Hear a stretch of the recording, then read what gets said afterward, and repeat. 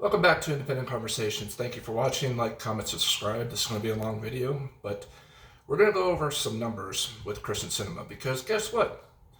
The Independent and also Politico are running ads saying we should thank Krysten Sinema for the bipartisan infrastructure bill in particular. And that is so insulting because, well, let's be honest. The media does, free advertising for politicians now.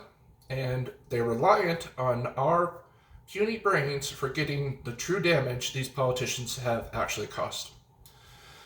Could you imagine what this country would have been like if Build Back Better actually passed at $3.5 trillion? I'll give you a moment to think about that. $3.5 trillion.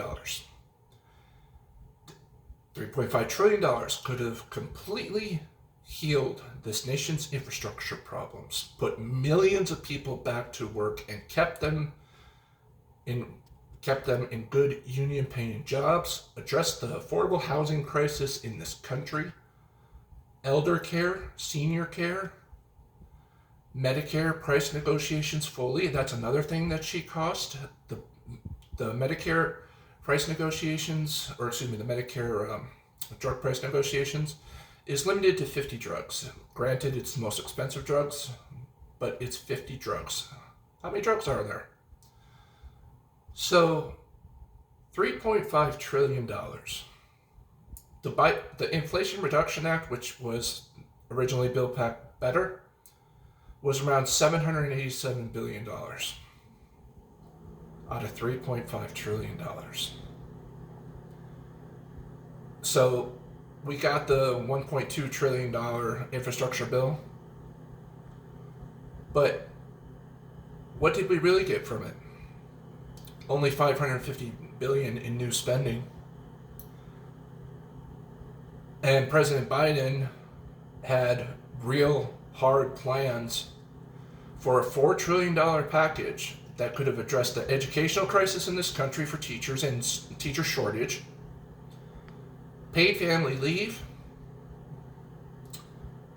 Let's not forget her critical no vote on voting rights, that on all those voter suppression bills that passed immediately following the election of President Biden at the behest of Donald Trump.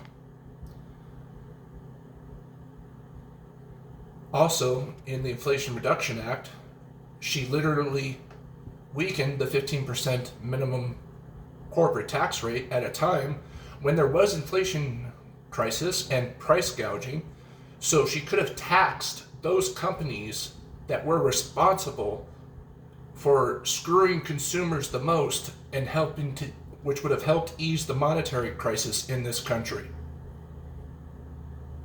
But she had to protect those precious hedge fund managers, big pharma, just like Joe Manchin protects the oil industries and fossil fuels. So you tell me, what exactly am I supposed to thank her for? I'll give her credit for at least voting for the Inflation Reduction Act,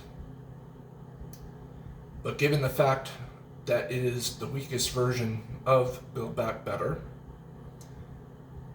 it started at $4 trillion, and then it was 3.5. That was what actually passed. $3.5 trillion down to $787 billion. And even if you broke off the hard roads and infrastructure, $2 trillion would have completely fixed this country's central infrastructure problems, and $700 billion would have come from the private sector. More union-paying jobs, fixing every port, bridge in this country.